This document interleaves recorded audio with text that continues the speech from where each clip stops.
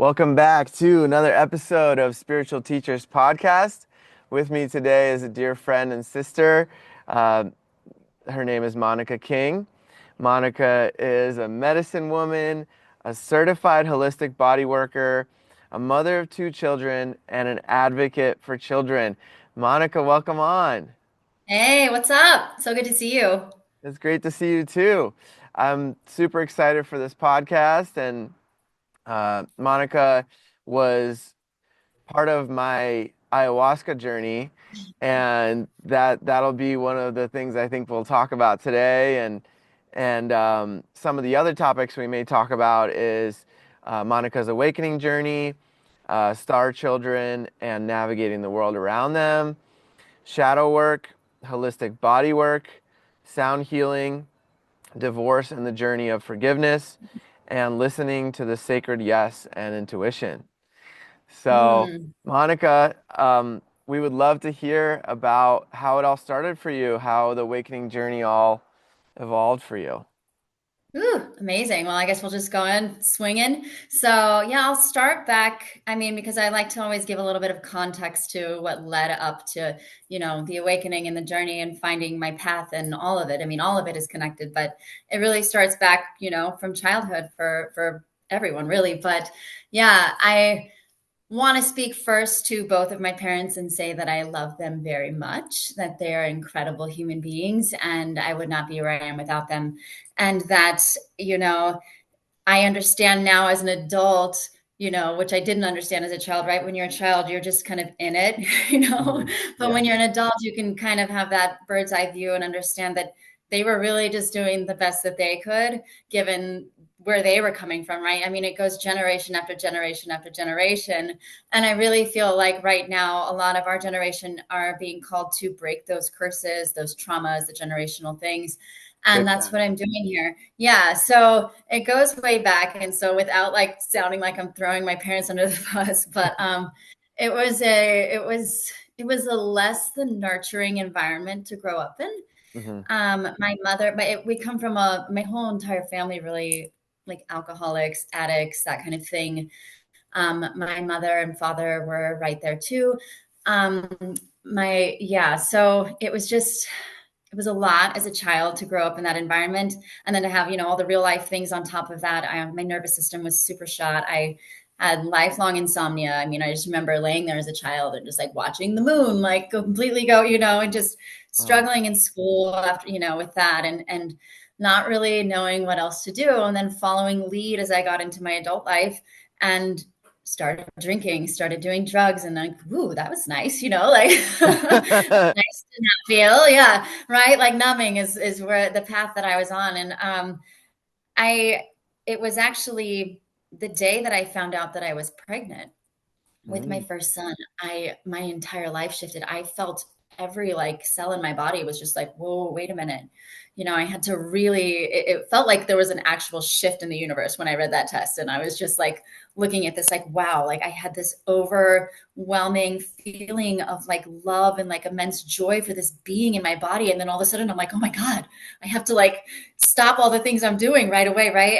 mhm, And be good for this human. And that was sort of my journey as a mother in itself, was how can I be the best mother to this being? mhm, Because honestly, growing up, I didn't think I could be a mother. I told myself all the time, like, no, that's not for me because I come from this chaos and this trauma. There's no way I would be a good mom, right? But it actually kind of was the opposite, really. But it also, in becoming a mother, I also had to obviously become sober. So I started feeling all my feelings and I saw all these things coming up. Like it was simultaneously the most beautiful thing I experienced having children, the babies, and then also like really like, oh my God, like bringing the dark out because I'm like snuggling and nursing my children and like holding them and loving them, and then I would put them to bed and just be so overwhelmed with joy and love. And then I would go in my room and I found myself like crying, mhm, because I was like kind of feeling for baby Monica, mhm, who, anyway, it just all this stuff started coming up. I tried conventional therapy. The doctors were trying to put me on prescription medications, which I definitely would not touch because I went down that whole path actually with my mother. She was, clinically depressed, and I watched these medications kind of. Oof. Anyway, that's another topic. But Yeah. so I had a strong note of that. But again, I'm sitting there like feeling all these emotions and all these feelings is really overwhelming. And trying to be a mother and losing sleep and having all the things and just like whoa. And I tried the conventional therapy, like I said, and it just did not work for me. And I remember seeing this documentary. I had never heard of this before, but I saw this documentary, and there was a very, very brief moment where this man talked about ayahuasca and what it did for him. And it Hmm. was like the shortest part of the whole documentary. It was like he was going around the world doing all these different things, but that for some reason was so resonant and it just stuck. And I remember turning to my at the time husband and I looked at him and I was like, that's what it's going to be. And he was like, yeah. But then I'm sitting there thinking, I don't have time to go to the jungle. I have two babies. I was like, oh, maybe when I'm like 40 or something, and I'll just Yeah. hang on tight till then. But within a month, and this is where I just fully understood the magic of this plant medicine, it's ayahuasca. Hmm. Um, there's a spirit to it, there's magic to it. And I literally looked at that. And when I decided that that's what I wanted to do, I remember I had full body goosebumps. I felt it in my soul. And within a month, it presented itself to me. I had never even heard of it, didn't know it existed, and an opportunity to sit actually presented itself to me. And I just remember thinking, if this isn't God, like I don't know what is. For sure. Like I asked to sit, and then here it is. I was like, oh my gosh. So first ceremony, wow, just so unbelievably beautiful, so incredibly hard. It was deep work. And I remember feeling like my lifelong insomnia leave my body on the second night. It felt like 1,000 burning needles coming out of my skin. And I just intuitively knew that that's what it was leaving my body. Oh And man, I'm getting chills as you're talking about I that. have slept every night since that ceremony. And I just remember like being on my hands and knees, just like crying in gratitude because I was just so grateful. And Hmm. I knew in that moment that I was crying and I was so grateful. I was like, there's more work to be done, right? For some reason in my head, I had this thought that I'd go to one ayahuasca ceremony. That's it. I'll be done. I'll be good. I'll be healed and everything will be great. And my life will go on. But no, I got called to this medicine very quickly. I knew in my heart that this was where I was supposed to be and that I was Hmm. going to be doing some deep work in this space. And that's kind of what kicked off like a lot of things in my life. Everything changed, everything transformed. And yeah, just here now. Now I'm talking about it in a podcast. For sure, for sure. So now looking back at it, you've had over 100 ceremonies, right? So, yes.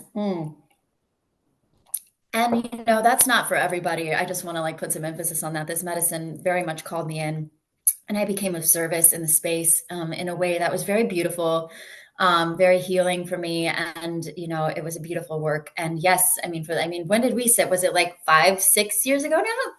It was right, right in the heart of COVID, I think, in 2020. Yeah, Yeah, 5 years yeah. ago. So, yeah, I sat. I don't sit as much anymore. I was sitting, working in the space for a while. I don't feel it's called anymore. But yeah, I've sat in, I kind of lost count.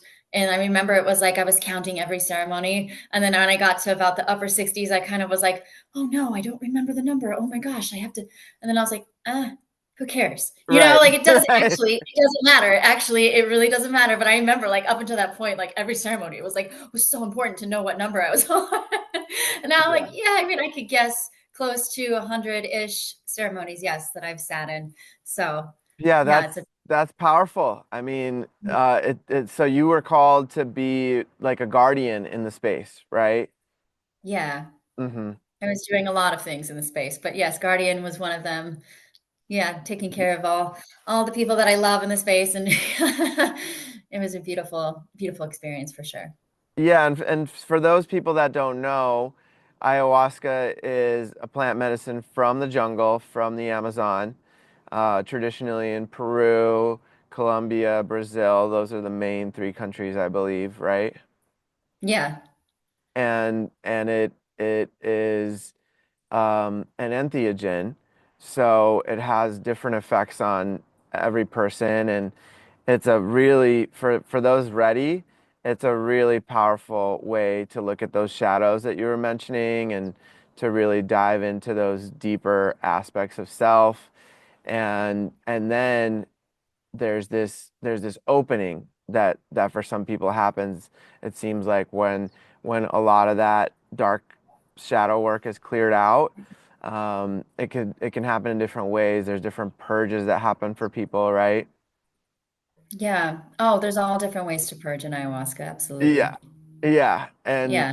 and yeah. I mean, for me, uh, it was the first ceremony was all about because I did 2 nights in a row, and those were the only two times I've sat, and you were at both of them.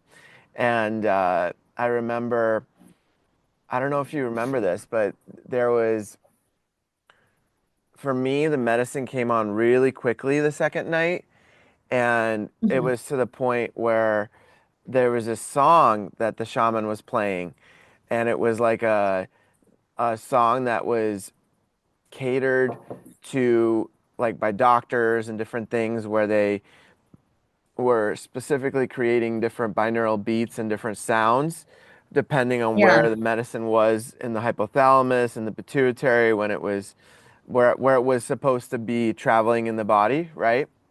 But Right. I was doing a lot of Kundalini yoga at the time, and it like hit me instantly. I was the first one to purge in the room, and I was just in it right away.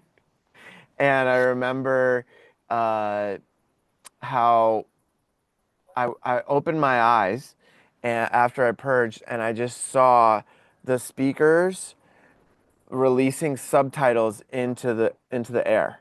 So That's right. yeah, I could see I remember you all telling the me. Yeah. subconscious programming coming out of the speaker of this specific song.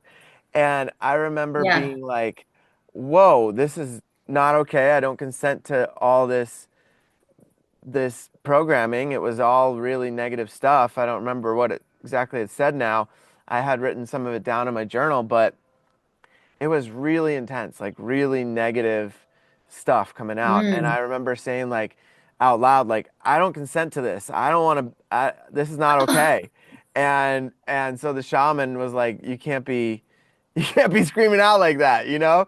And he took me outside and very shortly afterwards, you came out with one of the other guardians.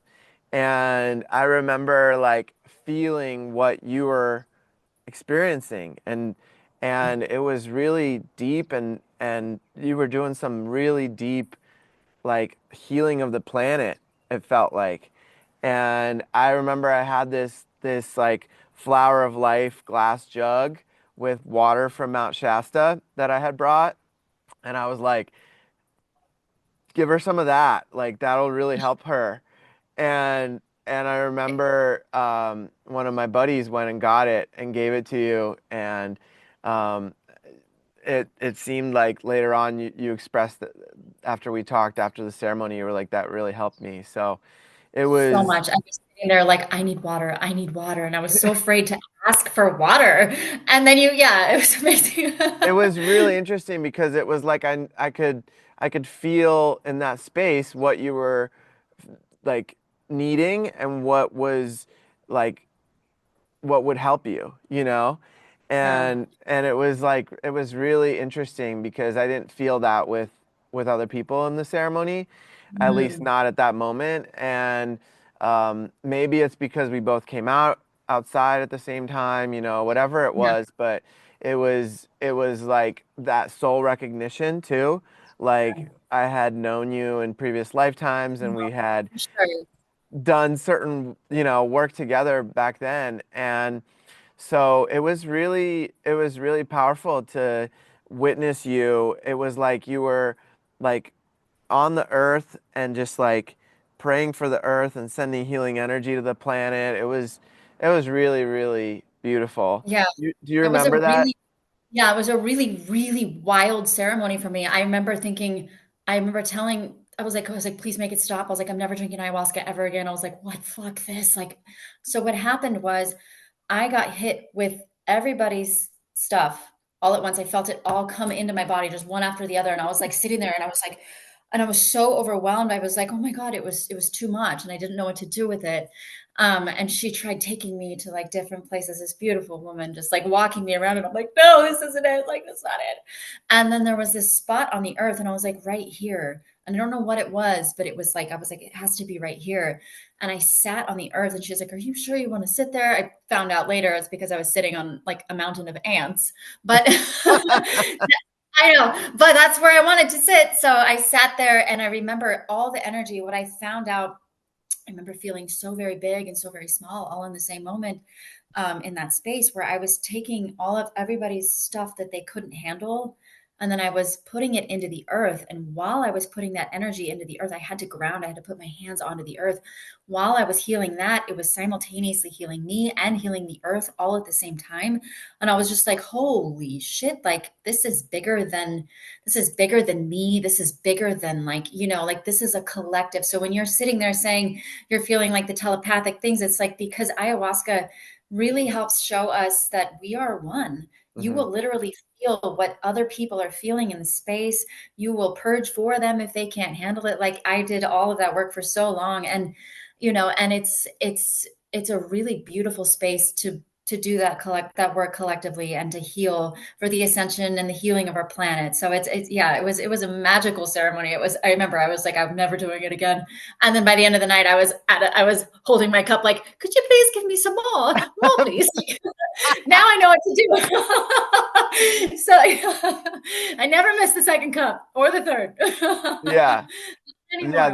Yeah. that was, I just wanted to share that piece because that part for me was really profound. And I remember for any type of medicine, any plant medicine, intention is everything, you know? Yeah. Yeah. And for me, the first night, um, I my intention was to love myself and to love all of myself and to see where I wasn't loving myself. Yeah. And what I remember thinking, um, like let's see, like please show me where I don't love myself, like to the medicine, right? And I remember it showed me like somebody on the sidewalk, like a homeless person that had completely like lost their mind, had gone, you know, it, the best way like it in those at that time was like if somebody went crazy, right? Like that version of myself was like I had a lot of fear around that and I didn't have any love for myself if I were to go into that space. And it was really interesting because it was I went into that space. The medicine took me and I literally lost my mind. Like not I was just like in this state of joy and bliss, but like I didn't care about anyone around me. I didn't care about anything going on. It was just like this bliss. It felt I was just like nothing else mattered but like this joy I was feeling, right? And I remember seeing in my brain, like looking into my brain and watching my like I was in like I was stuck in a maze inside my Yeah. mind. And I Mm. remember there was a moment where I remembered that I was on the medicine and I was like, find the path of least resistance, create it, right? And I remember creating this path from, there was no way out of the maze, but I created one, like the path of least resistance out. And I even drew it in my journal. And then as I created that way out, I was like, okay, now I know how to relate to these people that are Mm. in that space. And now I Wow. can fully love myself in that space. Oh, And it was like really profound. And that night, it just like there was a cat that came over to me, like a living cat. And I remember like feeling so much love for this cat, and it like brought me back to myself, into this yeah. reality. And then I remember um, then then everything started opening up. Like I could see all the people purging, everybody's journey they were on. Like everybody had different things they were working through, and I could like very clearly see what they were releasing and purging. And then the second night was the night that I just mentioned with giving you the water. And that night was the intention was different. It was like, how can I like be of service and love the whole world and everyone? And that was profound because it took me into this space at one point where I could like see the planet as like at nighttime, like everything was black, and then these lights started coming on of like these like elders and these people that were holding down the frequency of the planet, and that were Wow. like enlightened beings, and they popped up, and I remember Muji's voice was playing through the music, and he was one of those, and I connected with him telepathically. So it'll be hopefully I get to meet him in person in this lifetime. He's Yeah. for those that don't know, he's um, like a spiritual teacher, a guru that has an ashram in Portugal, and he's Mm. of Jamaican descent and has like dreadlocks, and he's an older gentleman and really calm, very like centered all the time. And yeah, he came through, and yeah, it was really beautiful. And then I was able to telepathically connect to my dog and like different people I loved in my life.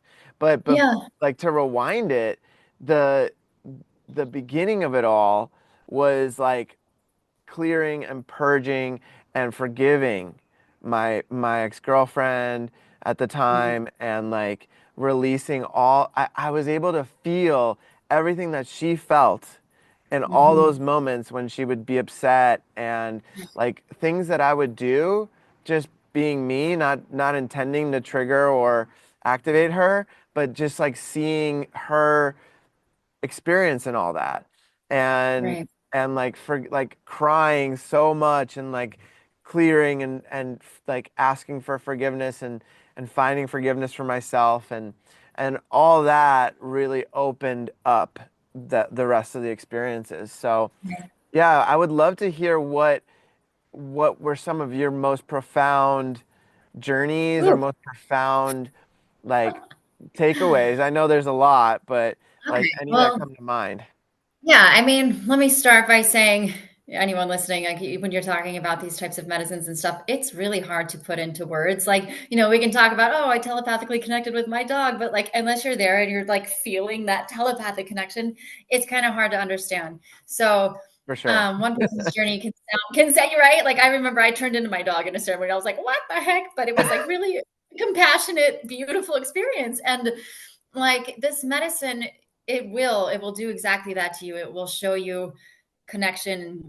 You're literally feeling, there's so much empathy and just feeling what others would feel. And that's where you kind of want to take this medicine and like shout it from the mountaintops and just everybody drink, but at the same time, again, not for everybody. But it's a powerful, beautiful medicine. And I have a lot of experiences. I've like no two ceremonies the same. If anyone's ever, sat as often as I was sitting, but the base actually of the majority of my ceremonies, it always seemed to be centered around the children around the planet. I was also shown a globe, and mine was not as beautiful as your experience. Mine was very dark. I was shown areas, it was color coded from like yellow to, it was green to yellow to orange to red being the most abuse, green being none. And there were hardly any spots covering the planet where there were green. And it was where children were being abused, sexually abused, um, where they were just hurting, where there was pain. And I could see this level covering our planet. And it was very early on in my ayahuasca journey that this map, this globe came to me. And I decided in that moment, like, I need to spend all of my work here praying for this and healing this. And I did a lot of my work, a lot of purging, every hape, every prayer. Let's heal the children around the planet. Like it was constant. And That's eventually, beautiful.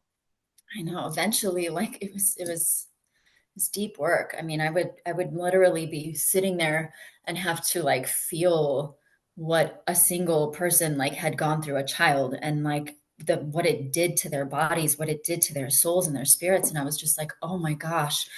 And it gets even more wild. I won't get into all the details of like my life personally and the things that I've experienced, but a lot of the things leading through the ceremonies surrounding the children and then experiences here in the 3D world as well have really lit a fire under me into what I'll be wanting to like create for my life, this lifetime on this planet. And I really, really, I have some ideas going. I'm not going to talk too much about because when you talk about your ideas, but they're not quite there yet, I don't really want to do that. But that's been the most profound experience so far, that I could take from this journey, as seeing all of that and feeling all of that and really getting to like experience that trauma and that pain, and then having my own as well. I have my own trauma, Hmm. and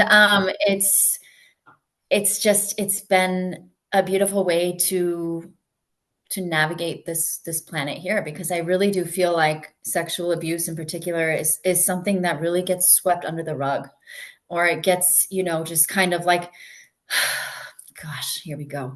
It get this is a deep subject for me. It's one of those things where people also feel that they can't talk about, right?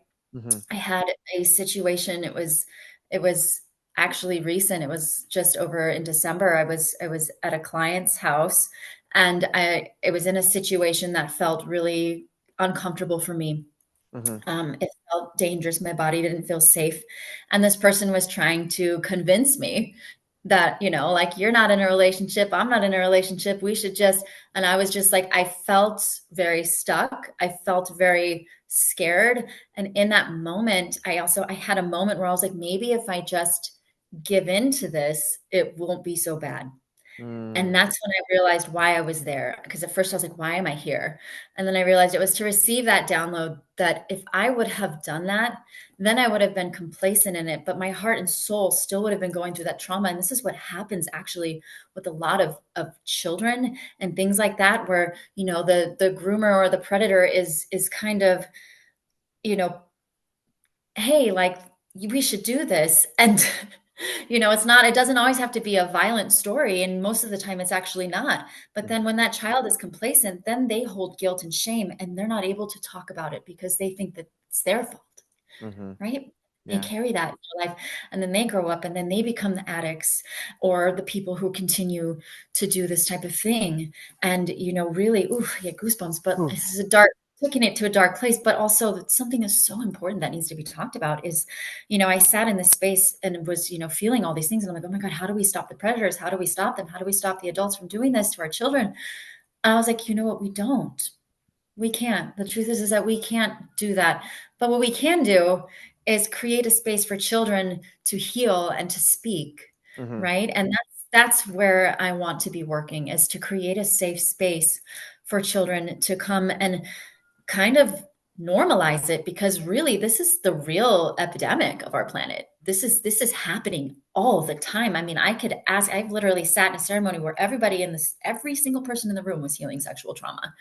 And I was just like, I remember in that moment, I was like, this is big. Like, this is a big deal, Yeah. and if you didn't go through it, somebody who went through it. Like, it's a real thing. And I feel like when we're able to bring these dark things to the light and to the table, when we're finally brave enough to speak about them, then it allows somebody else to feel brave enough to speak about it. And when we can do that and create this momentum, it helps heal, and it helps us to move, forward without guilt and shame. It helps us to understand things more. We know when we can talk about things with somebody who's knowledgeable.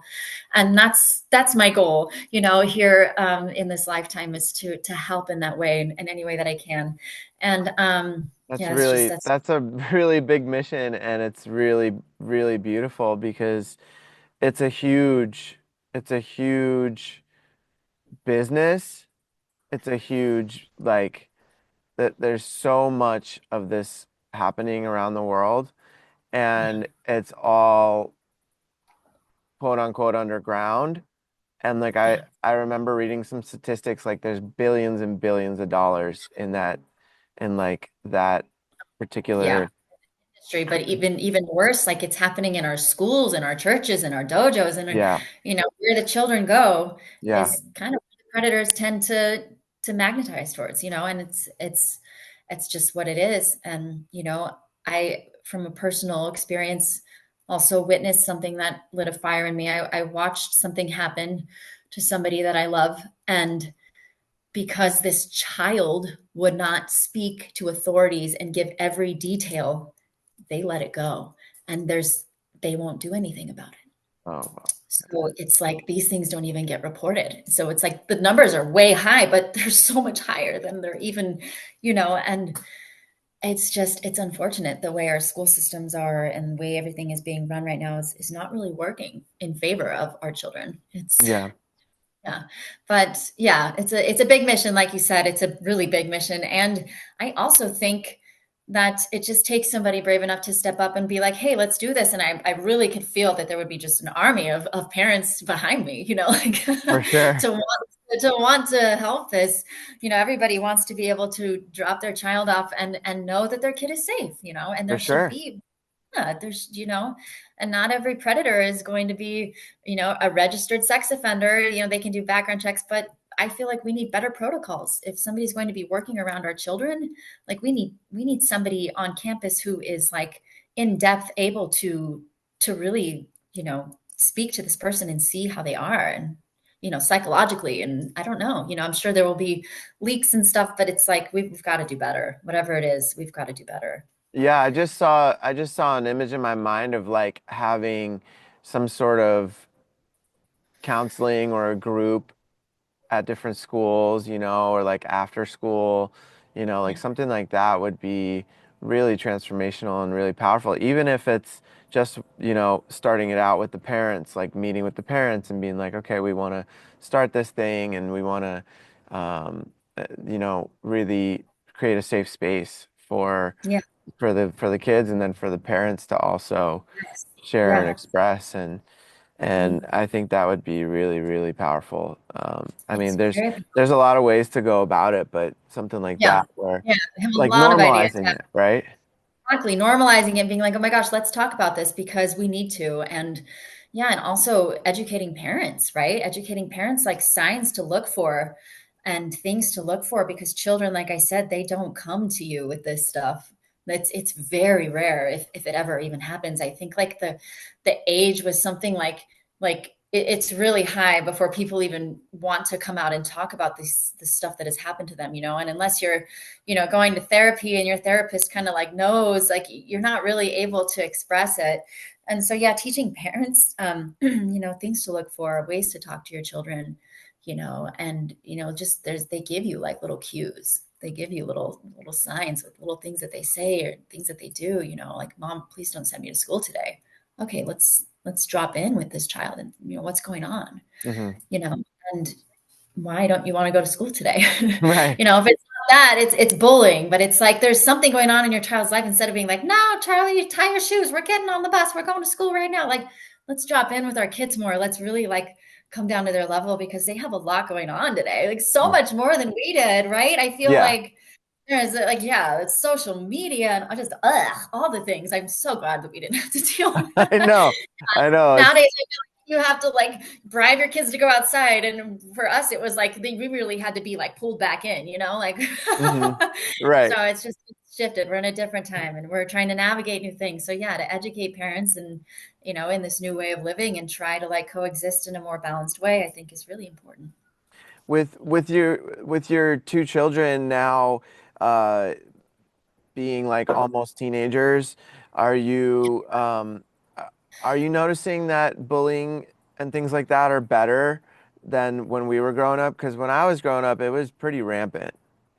No. Um, my son actually, oof, I wasn't going to talk about this, but I took them out of the last school that they were at. It was really bad actually. My youngest, and there's no reason for him to be bullied. He's like the coolest, most He's such a beautiful. cool kid. He's so dope. And I'm like, what is happening? And but what what I had to have this conversation with my kids over and over, like, don't put yourself around these people. And let's understand that that person that's bullying you is probably being bullied at home, Right. right? And so like to have the compassion and to recognize that, hey, these are my boundaries. I'm not going to put myself around this human being and like know that it's not me, it's Hmm. not personal. This has to do with them. And I think if we can teach that to kids too, like it's really vital, because Liam, my youngest son, like he really struggled with his self-esteem for a minute, and like his comment, I was like, this has nothing to do with you, like you are amazing, and oh, it was a really rough patch actually. But the bullying, I mean, even my oldest son experienced. I mean, this is like elementary school. Hmm. I don't remember like experiencing like crazy stuff in elementary school, but they were going through some gnarly things. I mean, like, and I've heard. I only have teachers. We're not there yet. We're not quite to like the middle high school level. And my one son is in middle school, but it's like a combined school, so it's like I don't know. Anyway, I feel like there are still, I hear about fights, I hear about, kinds of things, and there's yeah, there's teasing and stuff, but I don't think it's ever been any better or worse. I don't really know what to say other than I do know that right now a lot of our children are very dysregulated. Big time. They're not just coming from the COVID trauma and the dysfunction, and then we have diet that we're looking at, all these toxic foods that we're putting into our bodies.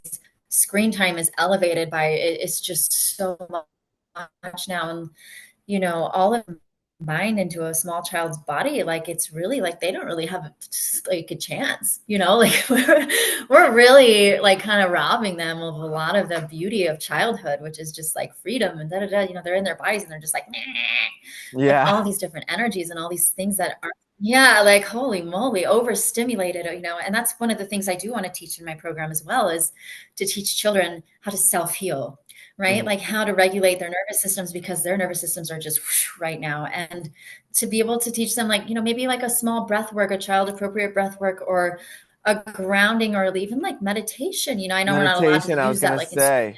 Yeah. mindfulness, but like, like teaching them to like really go inward and just breathe, and to like, you know, I don't know. I feel like that's where it's at, is helping the kids. And yeah, it's where my heart lies anyway. And yeah, I don't know. I go off on all these tangents. I have ADD. I'm like, bah, bah, bah, squirrel. No, But no, it's perfect. It's perfect. yeah, I I love think it. Yeah.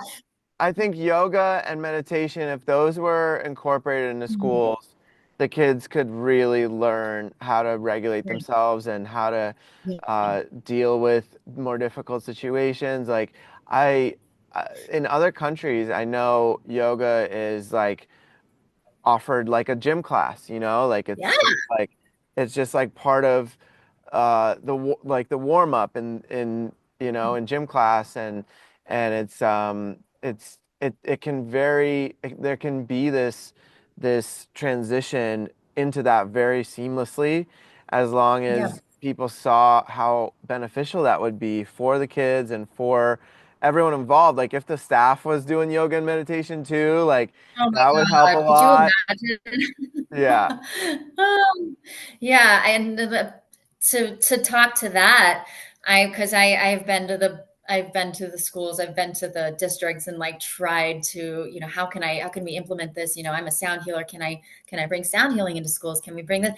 And it's always, there's these hard lines like that you can't cross. So Yeah. to speak to what you're saying, I just thought, well, why not open my own freaking school? Like why don't we start a new school? And that's created to uplift our children and bring out their differences, right? To Hmm. kind of highlight, where I feel like children in public schools today are, sadly, they're just like put in these boxes, or in these like prison cell type classrooms with these fluorescent lights, and being told to sit still and shut up and obey, and like, not allowed to think for themselves. And that's just the reality of it. They're just sitting. And like, children are meant to explore. That's how they learn. They're meant to play, and like, yes, learning the basic things, of course, are very helpful. Math and reading, we need to know those things. And also like exploring our gifts, right? As in, could you imagine like if we knew our gifts as a child, and then like put our energy into like uplifting that, instead of saying, oh no, Jimmy, like you can't do that in this classroom, and like you're not doing well in math, like you suck, that's, here's your grade, here's your star that you're not Hmm. getting on your board, or whatever it is, to make the child feel small. And instead, like, we should be focusing on their gifts, right? Not every child is going to be good at math. It's just how it is, and Right. there's so many gifts that we're compressing because of that. So imagine a school where we could really do that, and like find, people who were intelligent enough to like recognize the gifts in children and then like work with them to really become like a powerful human being. For I don't sure. know. That's Yeah. just my fantasy love dream of this. I would love that for this Well, planet, this yeah, life. well, on a positive note, there are schools that are doing There are. this, like Yeah, the Montessori Montessori is schools. Yes, they're like so beautiful. yeah, Hmm. and then there's that the one that was founded in Germany. I forget the name of it, where they like do a lot of crafts and nature, and they Right. like Yeah, build. they're just the outdoor schools. I see that they're so inspiring, and it's like, and like I feel like you have to really be super wealthy to attend a lot of these schools, and I don't know how to balance all that out, but like, I mean, it would be cool to just build something, or to just have something where, even if it's like an after school thing, like you were saying, like some a place that children could go and express and just kind of be, and yeah. Yeah, I mean, it would be amazing to like have like Reiki masters come in and like Oh my God, yeah. tune kids, you know. Like I remember as a kid, for me, uh, this was actually one of my part of my practice was to tune into the gifts that I had as a kid and to Mm. really remember what I was super like passionate about and really into. Like one thing I would do naturally was I would go up to trees and animals and just start doing Reiki on them. And Oh my God. I didn't know what it was. I remember feeling the warmth in my hands going up to the big tree on the playground. I remember like the animals would really love it. I was always really connected to nature and to the animals. And then, so then when I found Reiki and found what it was called, I was like, I've been doing this forever, you know? And so Right. those kind of gifts, and then like something as simple as like origami. I was super into origami Right. as a Oh my God, kid. I love that. Yeah, and like recently I've reconnected with that because for me it's so meditative, like to fold the perfect lines and to there's something to it. It's just very nourishing for my mind and my soul. And then like those kind of things like honing in on what those gifts, because there's so many star children here and coming Oh in yeah. still, and they're so tapped in, and they're so like they're some of them are having such a hard time navigating through all these external stimulations and simulations and AI and Yes. all the like OnlyFans stuff out there that's like Oh, totally unregulated on Instagram oh my and God. and all that stuff, They you have know? OnlyFans on Instagram? Well, they like have the videos of them like Oh promoting people no. to link to it. Yeah. Oh, of course. Yeah. Yeah. I So live in yeah, yeah, I it's a big thing. So, like people. and it's really I think the conversation is really good to have and to continue because with the conversations, we can start to make changes, you know? And recently, the last year and a half, no, a little bit less than a year, I've been working with kids in physical therapy. So I've been working with a lot of autistic kids, a lot of Down Wow. syndrome, a No lot way. of these kids that are nonverbal. And, for them, it's even harder because they can't express the way that Mm. other people can. And so what's fascinating though is that technology with the iPads has given them this avenue to communicate. So Yeah. some of the Yeah. kids, like when we were growing up, none of that was around. I So know. if Have they you were seen the non telepathy tapes? what's I've so many people have told me about this, so I need to Oh, you got yeah. Yeah, it. yeah. So we can talk about that. I'd love to hear your perspective on that. But yeah, so they have these iPads, and these kids that you would look at them, and back when we were growing up, they would just be put in a special needs class and just Hmm. catered to. But here with the iPads, they have different buttons they can say like I want this or I want to do this, And these kids that like you would look at them and be like, oh, he might not be able to communicate at all, but then they Right. fully And communicate, they do. and Yeah. some of them even type out full sentences when Oh they yeah. haven't learned how to read or write yet. And it's Hmm. fascinating. So that piece of technology is really profound and is bridging these ways. And they are using techniques now to soothe their nervous system, like dry brushing and these Oh, different yogic wow. techniques. They're using different Ooh. kids have different sensory needs. So some of them are oral, so they need to like chew on something to soothe their system. Other kids, they need to like stimulate their vagus nerve, so they'll take like a pool noodle and like hit their face and their chin, and that'll soothe their vagus nerve. Other kids, they need like the movement, like the bouncing on a trampoline, or like that they call it deep pressure, like hugging a ball, or like they're really looking for that connection, that like Hmm. hug, that deep Right. that deep like heart to heart feel. Mm. And maybe their parents aren't able to provide that for them all the time, Right. Right. or much at all. So then there's these other ways to give them that, and there's like weighted vests that they can wear that also gives them that deep pressure. And so yeah, that's I mean, those aspects is really cool to observe and to see that to me that's big progress from even a generation ago when we were kids. And Massive. and yeah, so that's really cool. And I know that they're incorporating some of that stuff in the schools, and they're doing occupational and physical therapy with the kids in the schools, where the therapists are actually coming to the schools and working with them. I know Mhm. some therapists that do that. So there is progress being made. Yeah. It's just in different avenues, but I do think that with so many people awakening and with so many people striving for that mindfulness, for that nervous system regulation, it's more and more is going to keep coming online. The more we talk about it, the more we request it, and the Yeah. more people like yourself come into these councils, the school council, and make those kind of votes and things like that. That's going to really start to make an impact. So, for me, my vision is when I get a piece of land with some friends in Costa Rica, we're going to start a school for the kids that are Oh. living on the land, where it will be very nature oriented, where you can Mhm. apprentice with adults on the land, like maybe somebody's a shoemaker or a silversmith, or like a healer, and these kids can apprentice and learn from them. And Yeah. I feel like those kind of things are just gonna. I know a lot of people that have the same vision or similar visions, and so it is happening. And I know that there are some conscious communities around the world already doing it. So it's really Right. cool that we're talking about it and spreading Yeah. and planting that seed.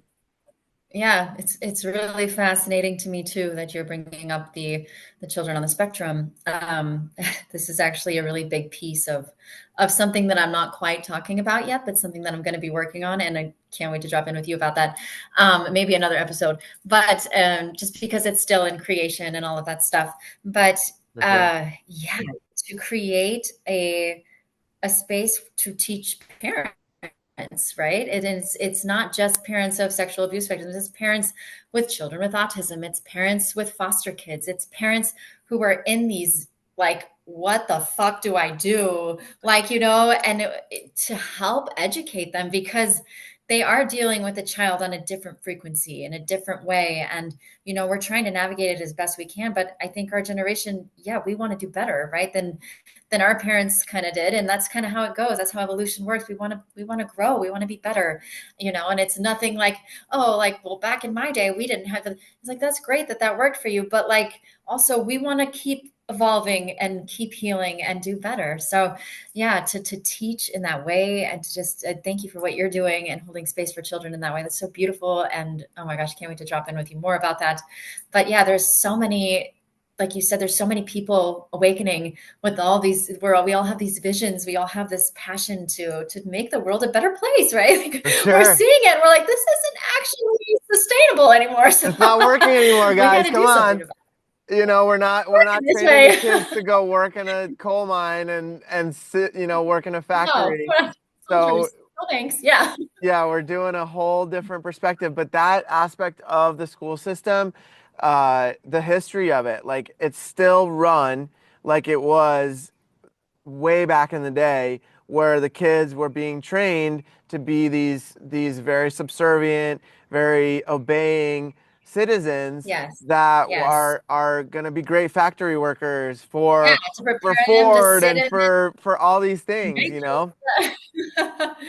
Yeah. So yeah, it's a big thing, especially now that there's so much internet money out there and there's so much ways to make an income and so many different avenues. And the cool thing is like I'm seeing all these young kids, like high schoolers, middle schoolers, like making crazy money on crypto and all that kind of stuff Oh where, my gosh, I they're just know. they're just going with it. They're just like, all right, I want to do this and let's do it. So Yeah. the cool thing about the generation of your kids and their kids coming is like they already know what they're here to do. Like our generation is more of like the clearers of the space, and those kids are already like doing the things, and then we're just kind of like clearing the stage for them to Yeah. to eventually come on there and Yeah. shine their light. So I love, I love seeing, some of my friends here, like, I love the way that they're raising their kids and giving them, like, I have one of my buddies, he brings his son to the men's circle, and his son's like 4 years old, and like, Wow. it's so cool to Right. like and he's like a little Tarzan, like he just wants to run Yeah. around and They wrestle. are. They're cavemen. They come out as cavemen. You got to kind of teach them to be a little civil. That's how it is. Right, right. And so it's so good for him to like see that these men that are like aware and wanting to better themselves, how Mm. he's seeing how they're navigating and how it's okay to like sit and talk in a calm way and to converse and listen, like all those aspects are so important, especially for the young men, the young Oh, boys, oh yeah. because they have Oh so yeah. much energy and they don't know what to do with it, and in the schools it Energy. seems like they don't have enough No, they're enough told that they're exercise. bad. Yeah, and then the thing is too, with kids, it was like blows my mind. It's like if a kid can't sit still in class, then they get in trouble and can't go to recess. I'm like, why don't you send little Jimmy out to run some laps and Right, then come back? Like I don't know. I feel like there's a better way than to like make them sit even more. right, right. Yeah, Right. It's like you're only punishing yourself, but I don't know. yeah, Anyway, that's just yeah. my own 2 cents from having boys myself. It's like I always noticed when we actually got them outside, which had to be every single day.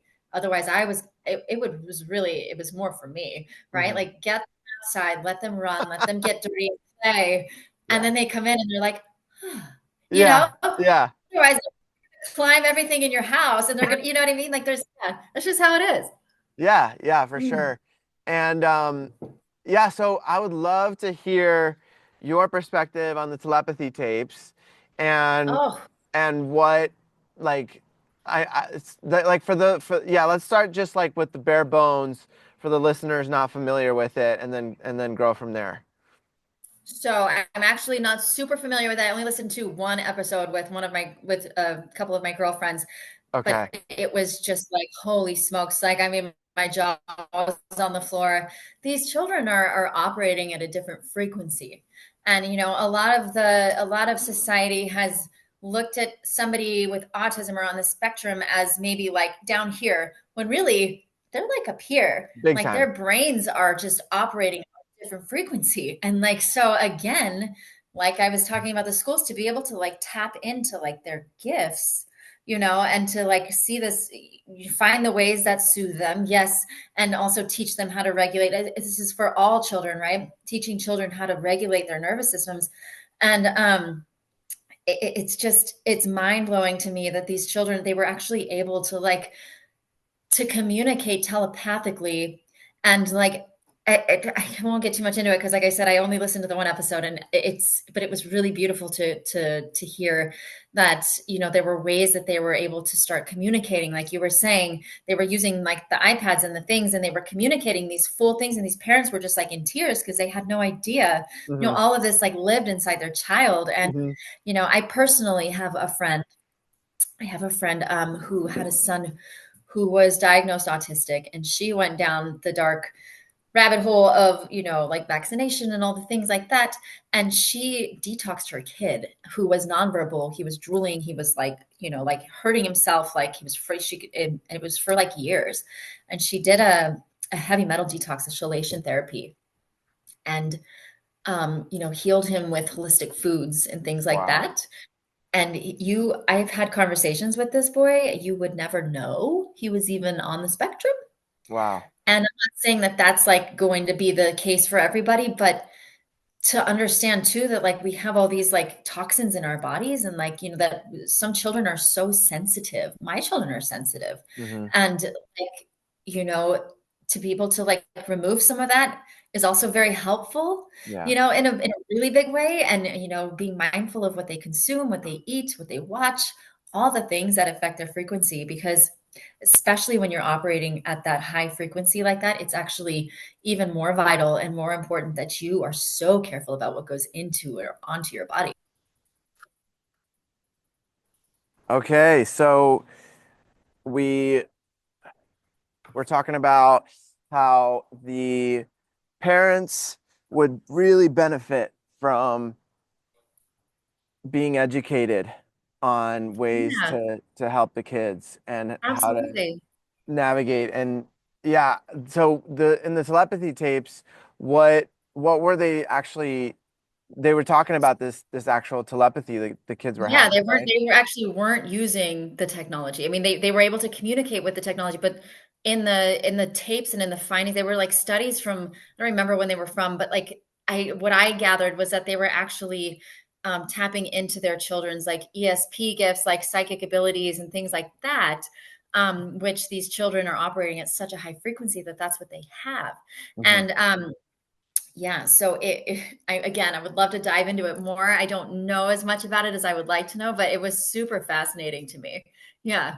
Yeah, and from another episode and from another couple of people I've talked to about the telepathy tapes, it seems as though the kids all go to this space, like another dimension almost, or another part of reality where they all meet up there and they're able to like Yeah. talk to one another. Yeah, exactly. They're able to like communicate. I'm just like, what? Yeah, I have to listen to it, but Yeah, I it's do so too. Yeah, yeah, it's so good. And yeah, I know it sounds like totally insane to anybody who probably hasn't done, but when you understand frequency and you understand, that there are other realms that we're working in and working with, like it's more of like, of course, right, right. Yeah. Yeah. Yeah, it's profound. It's really profound, and I think that in particular is just giving these kids like a totally new Hmm. perspective that Yeah. adults and other kids can like connect to, and then it's Yeah. giving, because these kids are so advanced and evolved, their Mhm. DNA strands are much more advanced and online, Yeah. and Yeah. because of that, yeah, I it's know. it's Yeah. profound. And So we're seeing that. Go yeah, ahead. and you were talking about your friend who uh healed her kid with the Mhm. heavy metal detox and things like that, and there's so many studies where these parents are on these vlogs and blogs and out there saying like my kids were starting to talk, my kids were developing Yeah. normally, and then I gave them some sort of shot or vaccine, About the and 6 month mark. Yeah. Hmm. and then after that they just became autistic, and Hmm. or they stopped communicating or those kind of things. So that gives a lot of hope that if that's what brought it on, then clearing out those things from their body can have the opposite effect. Right. Yeah. And it's like, It's like, ugh, it's such a crazy topic to talk about these types of things because people are very like hard one way or the other, right? But I'm Yeah. kind of like in this middle where I vaccinated my first son and he got really sick. And I spent years like detoxing his body. He still has some issues and unless you're like really paying attention, and that's what I mean by like dropping in with your kids and really listening because he was getting all these rashes on his body and I was like, where is this coming from? And they tell you allergies, you're feeding your kids something shitty and they put it on you. And you're Right. like, oh my gosh, what am I doing wrong? And nope. So anyway, when we were able to like detox all the things, he stopped having the rashes, he stopped having the issues. He still has some like things, but it's not nearly as intense as it was. And when you're seeing other parents who are doing these detoxes as well, because what's happening is these things are the heavy metals, they just continue to accumulate. They're not Yeah. actually able to be expelled from your body unless you take them out yourself. Hmm. And so they can cause some serious damage if you're not, if you're going to be vaccinating, that's fine, but you need to also be detoxing the heavy metals from your Hmm. child as well. So that's like my 2 cents on it. And just, yeah, I won't get too much into that topic because that's a whole can of worms to, For sure, for sure. but, Well, but yeah, yeah, it's it makes me think about when I was a kid and they made us have certain shots for school yeah, and I remember always like not always but often getting sick with like a continuous sinus infection like all the oh, time as a kid. absolutely. And I remember I would have these random allergies. Like I remember I started Mm. getting allergic to bananas and lemons and like things that I like shouldn't be allergies. Like None of that is fucking normal. That's the r- thing. All these things are like normalized, and I'm like, no, your child should not be allergic to bananas. Like, right, right. And no. I remember like feeling like this there's something really off with this. And I never Mhm. made the connection like until later in my life. But when I was in college, I did a detox myself by just running and sweating every day for like a couple of years. And Yeah, by doing that, like 30 minutes on the elliptical every day, I cleared out all my allergies. that's amazing. And Yeah, you and can claim they you can do all it. went away. And Mhm. I mean, except for like certain Right, pharmaceuticals, I still get a rash. right. But what the rash is, for people, you know, may not realize is that the rash is the body trying to clear and remove that from the lymphatic system. Expelling all the toxins. Yeah. Uh-huh. And so if there's some sort of rash, it's the body trying to clear something. And thank God Right. now I've found all these different plant medicines and like combo has been a huge one for me to Yeah. clear out a lot, which is like a frog poison that you put um, onto a little burn on your skin, The and frog secretion. Yeah, it's beautiful plant medicine. it's beautiful. Warrior Yeah, really medicine. intense, really Yeah, intense most of the time, but it yeah, also can be it clears out a lot. yeah, And I really that medicine really has helped me throughout for those kind of clearings. And yeah, nowadays there are different parasite cleanses and different heavy metal detoxes with natural ingredients, like yeah, all fully organic from the earth kind of yeah. ingredients, not I'm just doing like one right quote now. unquote natural, right? Yeah, I'm on a parasite cleanse right now. It is wow. Yeah, Yeah, I'm doing one it's now too, and I know, it's that's right. Yeah. yeah, it's really changing a lot for me. I'm getting more energy back. Same. I feel way better. I feel way Yeah, better. yeah, me And too. Ready. it's profound. It's really profound how, you know, there are there is hope and there is ways to come back from these things. And Absolutely. yeah, one of the people Touch that from I anything. really admire is Dr. Sebi. Do you know about Mm, him? I don't. Oh man, he's worth looking up. He's already passed away, but Mm. he was kind of going against all the pharmaceuticals. He was like treating and healing HIV. He was Yep. treating Lyme and healing Lyme's disease, AIDS, all these crazy viruses and different things in society that are supposedly uncurable. Yeah, yeah, they're deemed as like, oh, well, you're stuck with it. And yeah, no, I've witnessed this as well. Like in the community that we're in the plant medicine world, you're watching people heal these things, these autoimmune things, these crazy ailments that we're told, like you said, are not treatable, and Mhm. they're healing them. Yeah, yeah, and I Really even, I mean, question. it's profound. I have an episode with my buddy Jeremiah where he completely healed his OCD Oh, yeah. I with I had OCD as well. yeah, he completely healed it with plant medicine with I did um, too. iboga and Oh, yeah, that's a yeah, powerful one. yeah, and I mean it that episode was really interesting to hear his story and to see how he navigated through that because it's things that we don't think about as being able to be healed and treated completely from us. They medicate you, right? And it's like the thing about medication is there are some people, yes, who probably really need it. They have the imbalances and stuff, but majority of the people being put on these medications, it's like you're driving your car and your oil light comes on, right? And instead of getting your oil changed, you're like, you know what? I'm just going to snip the wire to my oil light. And now the light's off, so my brain feels better. But like what's happening underneath is actually much more detrimental, Mhm. right? You're not actually taking care of it and it's just festering and getting worse. And I watched this happen with my mother. I watched her go from like this beautiful being to just having like the light sucked out of her.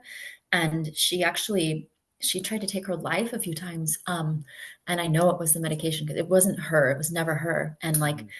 just I've we read about the things happening in our schools and all the majority of the time these people doing these things they're medicated and they're on these medications and they're really affecting us in a way that we have to really step back and say, okay, hey, hold on a minute. Mhm. Like let's look at this again. Let's come at this from a different, perspective maybe, or try something else because this doesn't seem to be helping everybody in the Mhm. way that it's, you know. And yeah, not to get too much into that because I know there's so much controversy around that, but that's my personal experience with it and watching my own mom, try to take her life more than once. And it was like, yeah, I mean, that's the thing. And that's where, the forgiveness and all this stuff comes in because, we're also told that we choose our lives before we come. And I remember growing up, I used to hold a lot of anger towards my mother.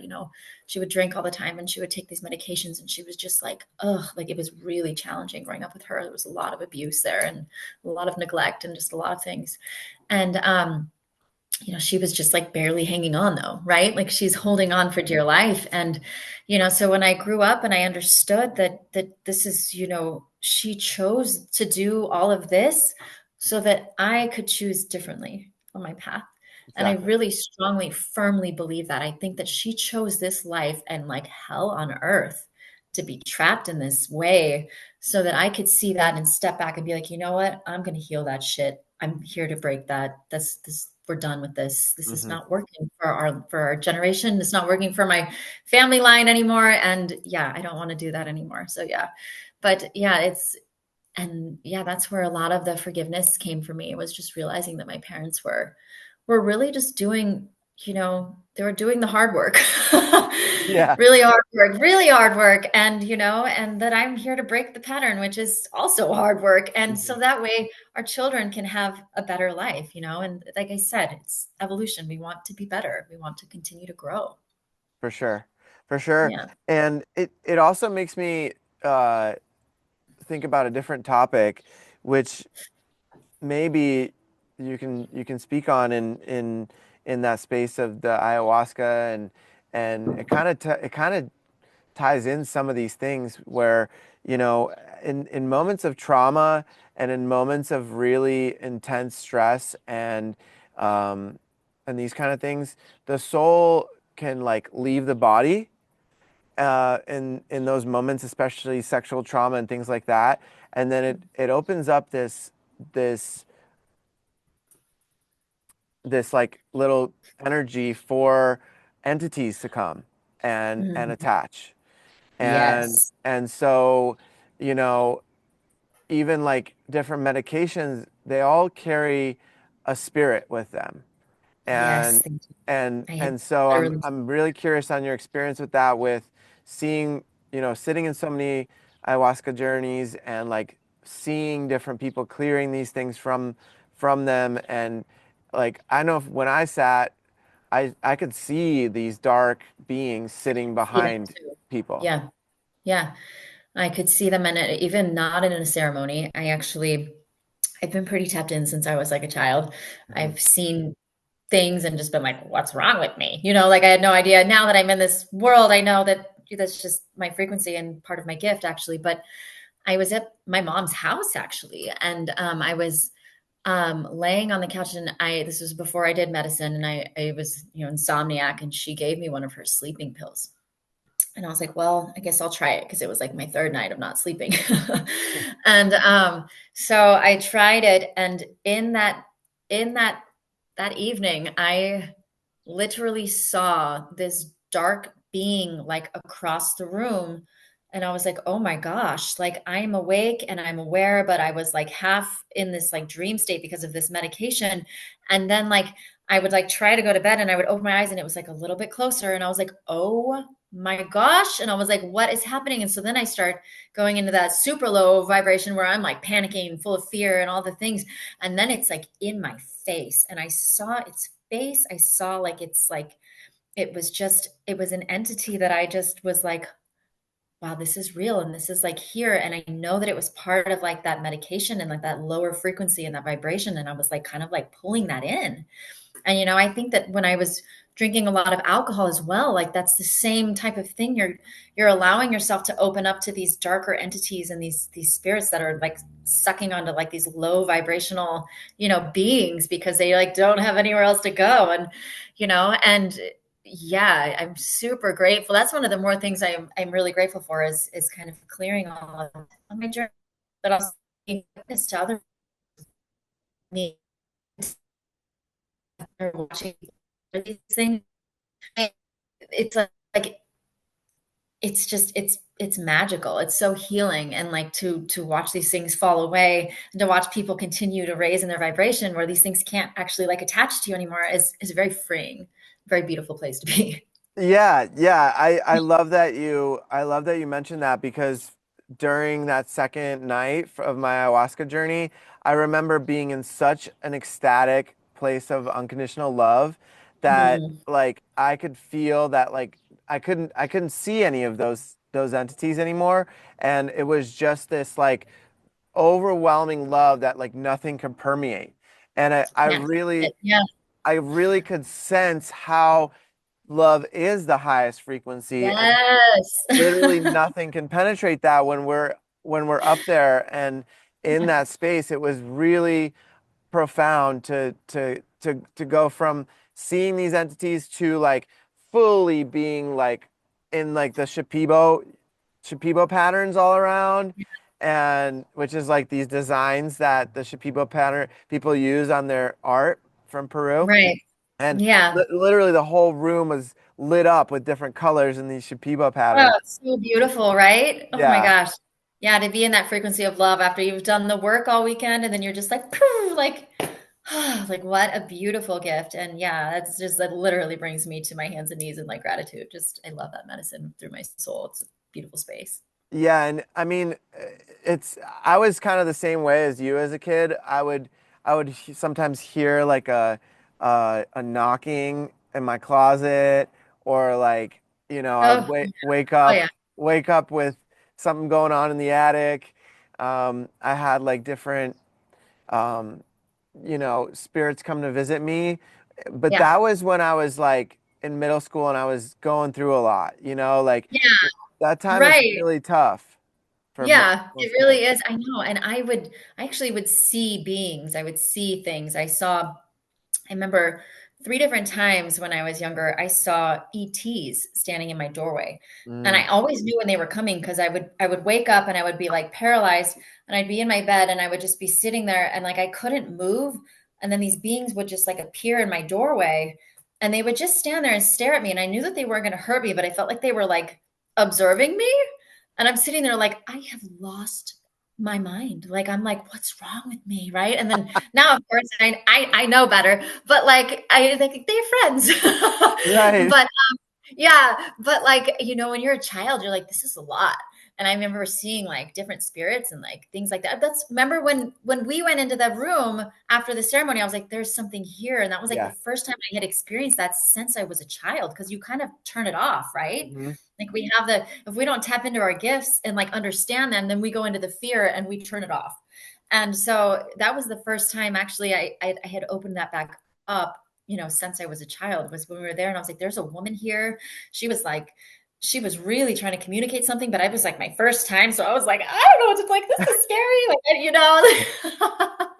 Now I'd be like, what's your name? Yeah. Where you at? What do you need? What's going How on? can I help Yeah. you? How can I help you? But Yeah. yeah, it's wow. Yeah.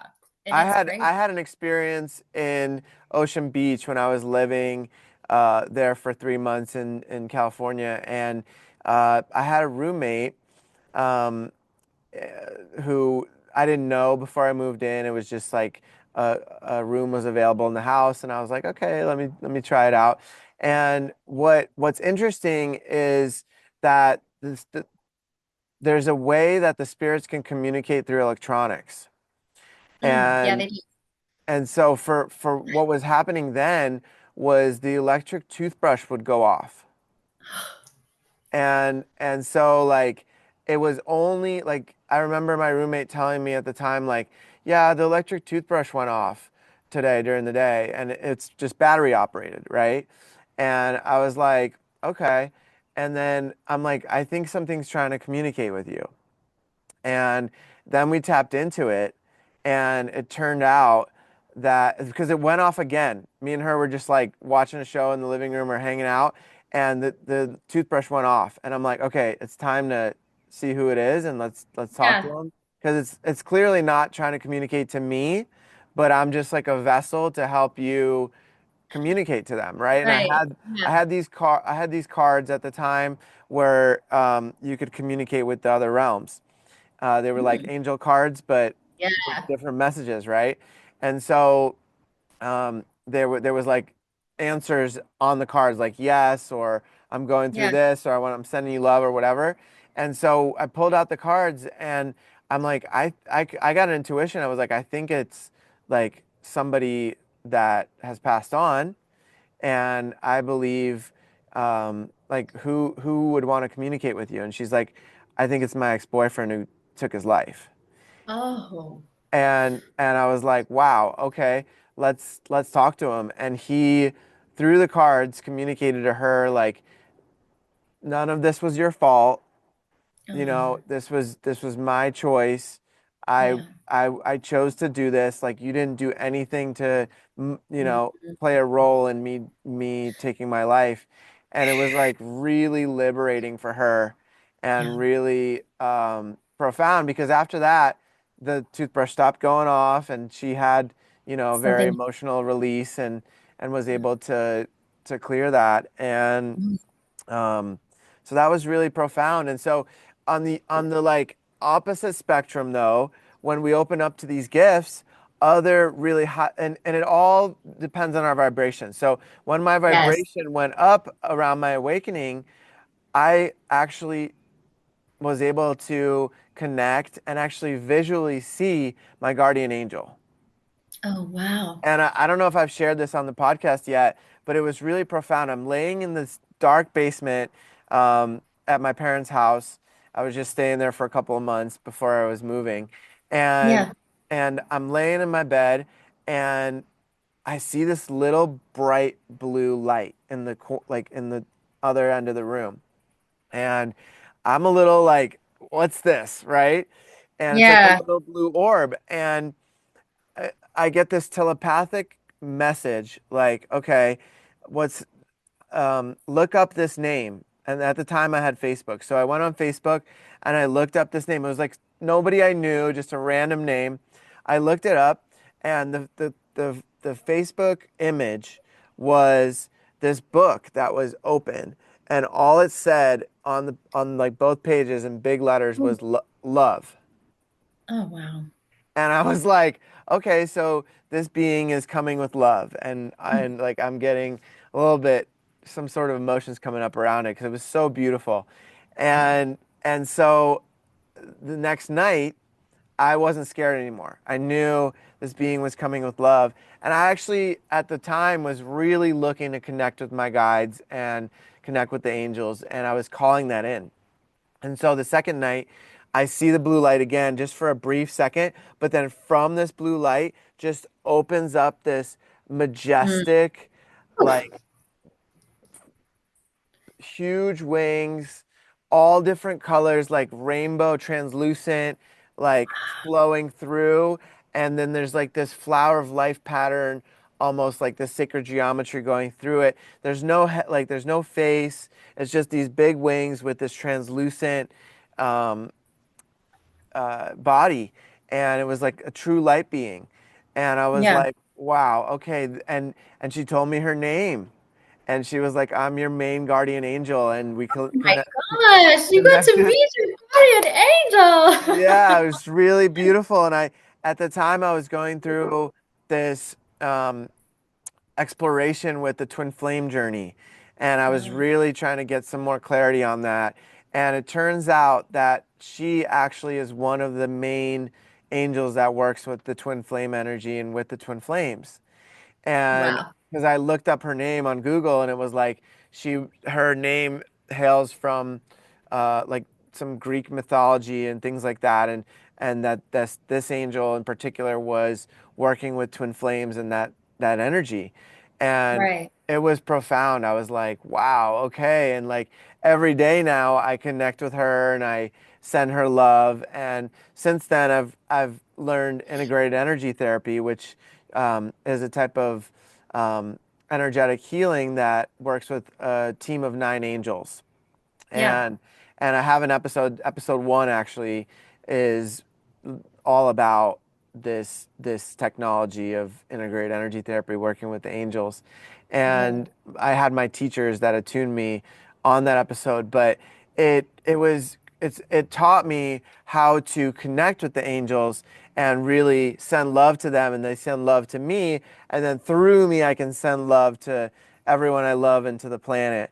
And so it was really profound now with those tools to be able to communicate with her and connect with her and have her be one of my guardians and guides.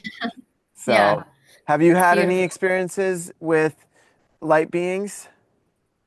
Absolutely. I mean, I have like different versions. Like in ceremony, there was always a man and a woman that would be like feathering me that I felt were kind of like ancestors. And I've had like light presence, like in my, in my prayers and my meditations and things like that. Absolutely. Um, but to speak to actually seeing something, I think I saw one of my guides one time. I have visions, and I have like they're not super frequent, but when they do come, they're very powerful. I've had premonitions. I've had visions of things that were happening in real time, and it's sometimes hard for me to decipher, what order the visions are coming in, and what it is. But I had one in particular, and I can always tell the difference between like a regular dream and a vision because it's a very different frequency, and I'm actually like aware that I'm having a vision, that I'm dreaming, and that I'm there.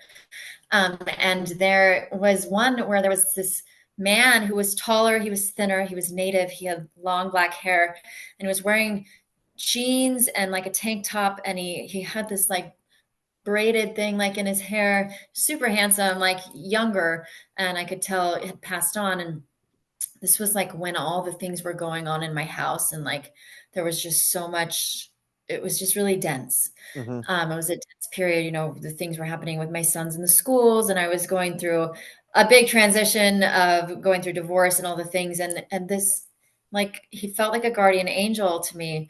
And he walked up to my door and he looked around. He's like, "Why is everybody so serious around here right now?" And I remember thinking, huh. And then he goes, "I think there's a piece of glass around here somewhere." And then and then it was done. And I remember thinking, like, what? Like, I literally jumped out of bed and I like ran outside where he was standing behind my glass door. And I was like looking for this piece of glass, like for confirmation, right? Like, I'm like, where's this piece of glass? Where's this glass? And I'm literally sitting in a ceremony like the next day. And I don't find anything. And I was like, oh man. And then the next morning, as I'm packing up all my stuff to go to ceremony, on the inside of my door where he was standing, there's a big piece of glass. Oh, And wow. I was like, holy shit. Like it's I just I don't know. Like anyway, I feel so loved all the time. Like all the things that happen to us in this life, even the things that like rip us open and feel so hard. It's like everything, you're always like held in so much love by your angels and your guides.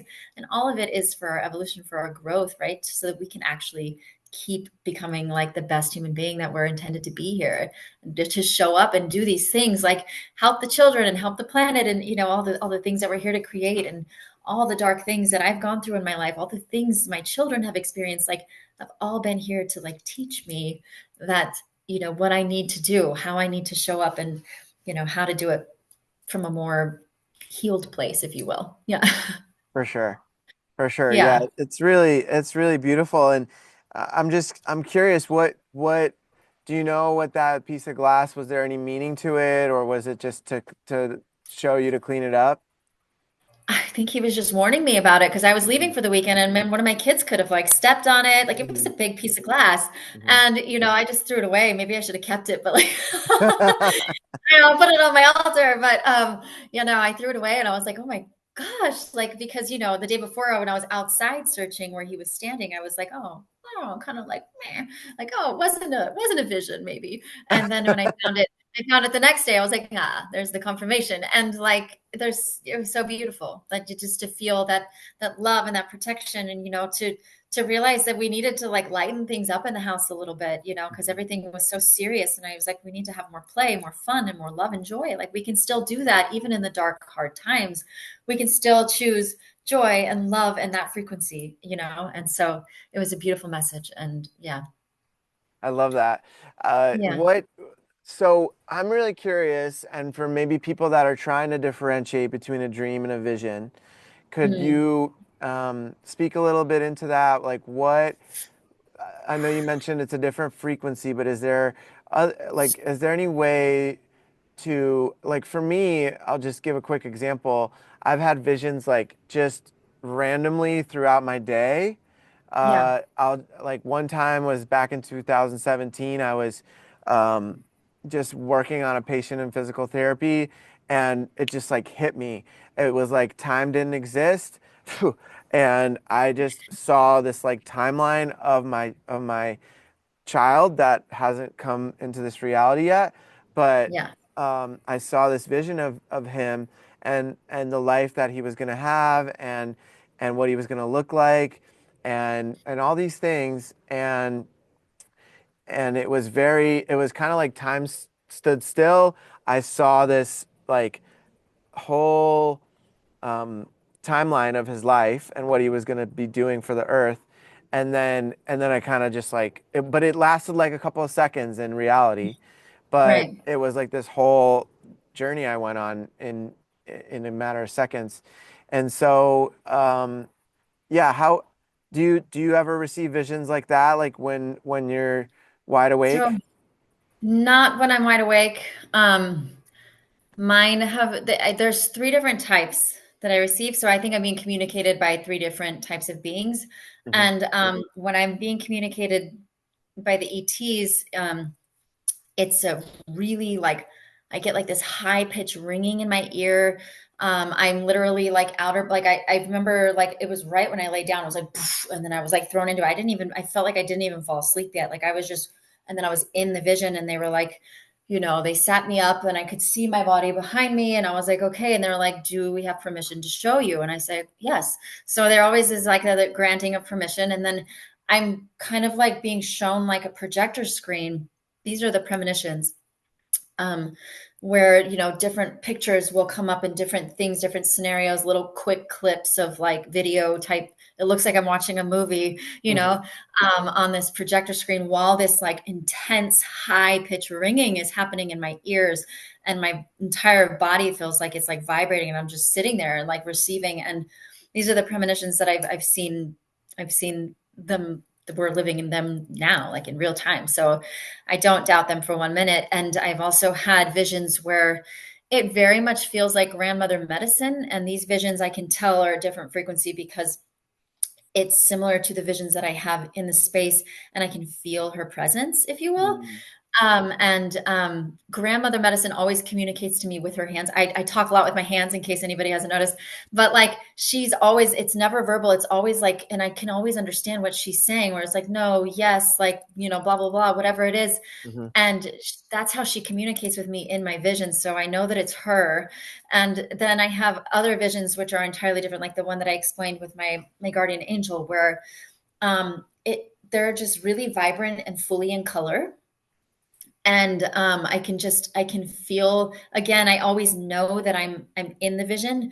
That's the difference between like a regular dream for me and like, where I know that I'm there to like receive a message, and I understand that I'm in the vision, and then the vision happens. And it feels like a different frequency, with all the colors and all the things that are coming in as well. They're very vivid, very strong, and they feel very real, where my regular dreams are just like all weird and all over the place. What was that?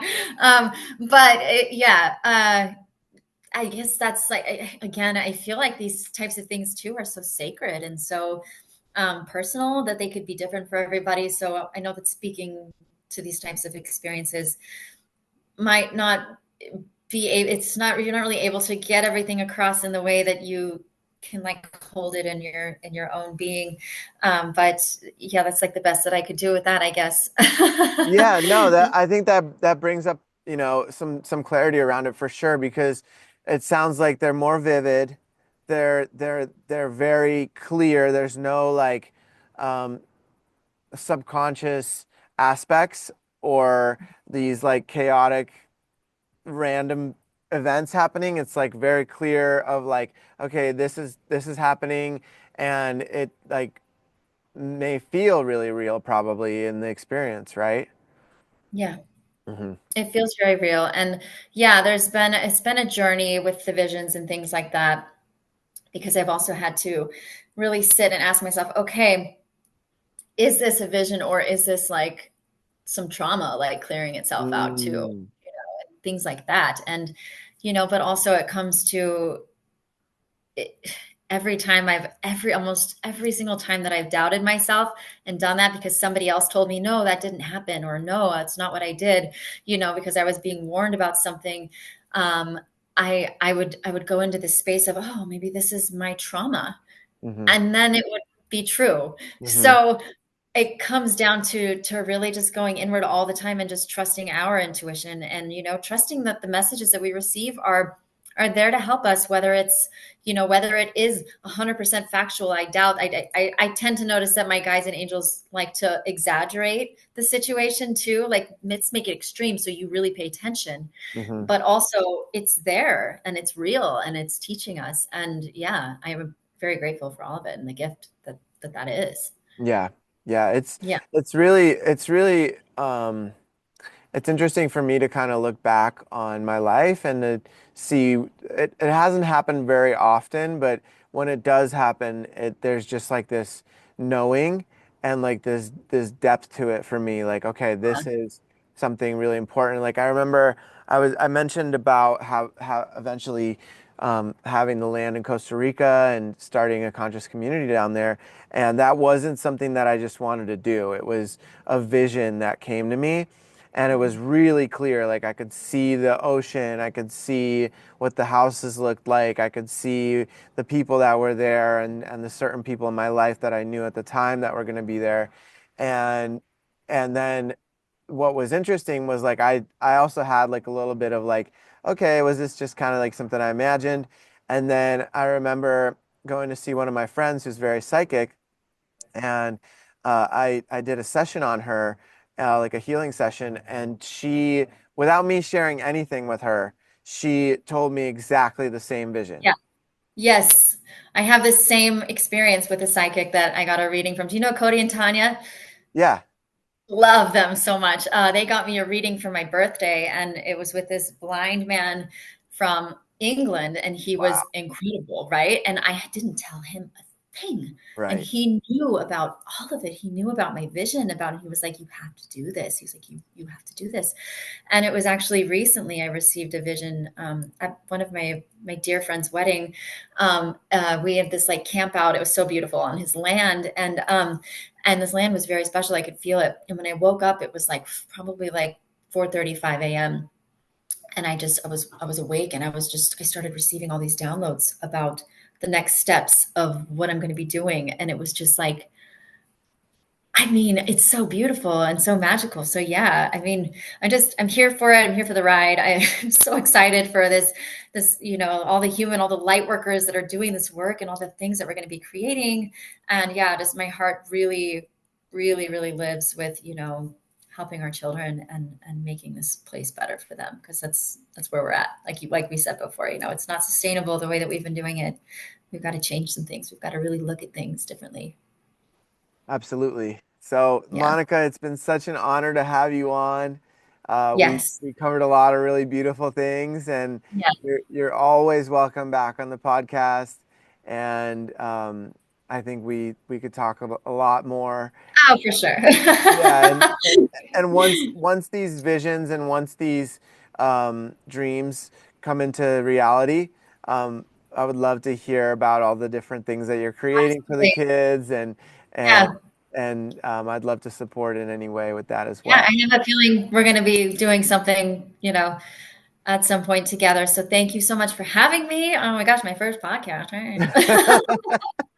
Yeah, this was awesome. So Beautiful. until next time, Monica, take care. All right. Love you. Love you.